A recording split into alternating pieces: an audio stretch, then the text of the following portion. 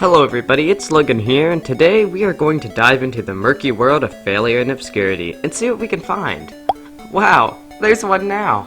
The Apple Bandai Pippin, the product that Apple so desperately hoped would take off, but also didn't really care about at the same time. So let's talk about it. The Apple Pippin got its start in 1993 when the video game company Bandai wanted to launch a home console, specifically to play PC games. They thought it would be best to use a stripped-down version of an already established operating system.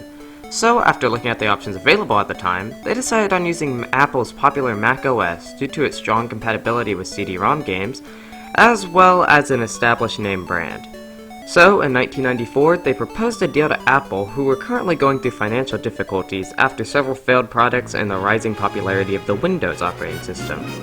Apple, desperate for extra money to keep them afloat, accepted the proposal and development of the new system began.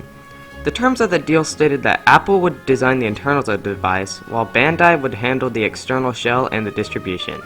In fact, Apple planned to license their new product to several different companies who would make different shells and marketing tactics to increase the competition, with them stating, quote, "Apple believes that over time, Pippin will take many forms, including home telecommunication devices and much more.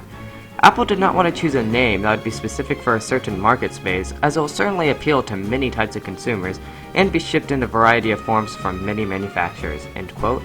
So, Apple was basically saying that this could be a variety of different things, such as a console, set-top box, entertainment system, telecommunications device, and more. And all that a company would have to do is pay a small fee, create their own units, and then sell them.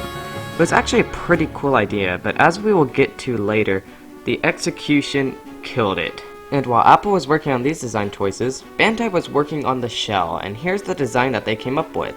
For the 90s, it actually looks pretty solid in my opinion, though it has definitely aged worse than other consoles of the time. On the front of each unit, there are two controller ports. The actual controller for the unit is amazing in my opinion, due to some of the unique features that they added. Dubbed the Apple Jack, it came with 4 face buttons on the top, a D-pad, 3 buttons on the bottom. And you see that little button in the center? Well, that's actually not a button at all.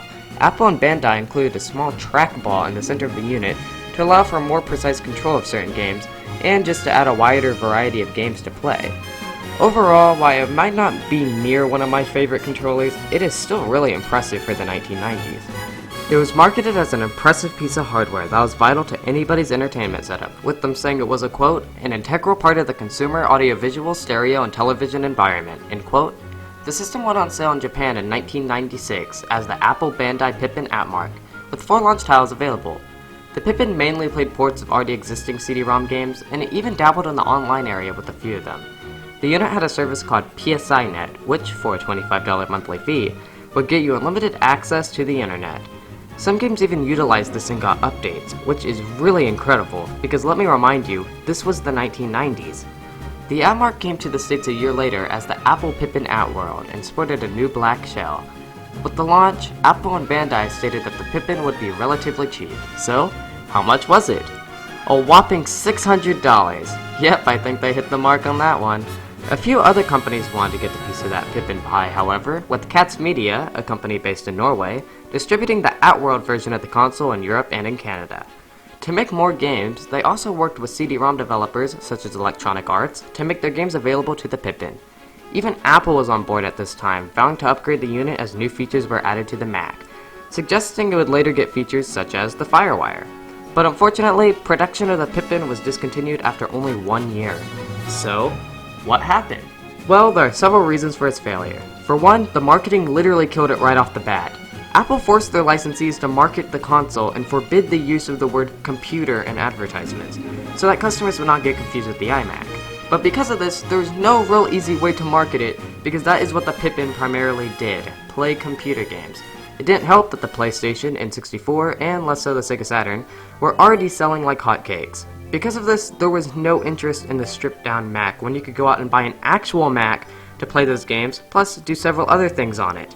Also, the console was way too expensive. Priced at $600, one could easily buy one of the other 3 platforms for a fraction of the cost with better games and prices. Like, why would you ever buy this system unless you were a collector?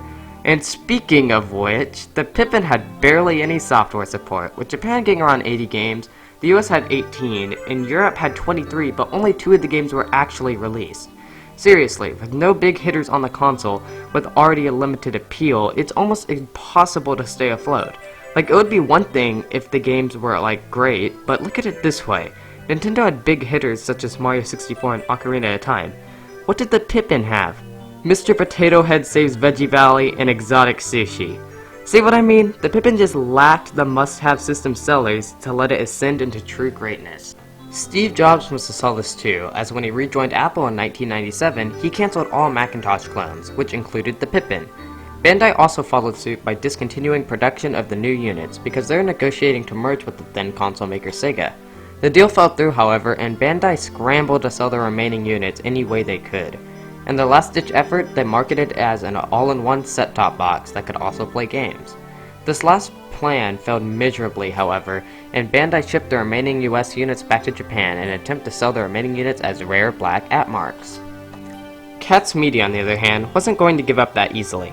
Katz was already marketing the unit as a set-top box and sold it with two versions, one with a 50-pin SCSI and one without. Unlike Bandai, Katz didn't sell the system for consumer use and instead focused on licensing it to a variety of businesses. In one Canadian chain, it was used as a kiosk for Canadians to test out of new CD-ROM games. In one France hospital, it was used to fetch diagnostics. In a European hotel chain, it was used to let consumers access the internet, and in the Netherlands, it was used in a mall to give subscribers access to shopping catalogs from a variety of different companies, in which the company boldly claimed to be the first internet shopping mall. By 1998, Katz had 100,000 units committed to several different companies across 20 countries. Unfortunately, however, this wasn't enough to save Katz, and they filed for bankruptcy in late 1998. The last saving grace for the Pippin came when a company by the name of Daystar Digital purchased the remaining stock from Bandai on February 27, 1998. Daystar would from then on sell the units to anyone who wanted them. By the time the console started selling, about an additional 2,000 units had been sold. For a console that got discontinued in 1997, it was actually supported by Bandai all the way up to 2002, when technical support was dropped. And that is the story of the Apple Pippin.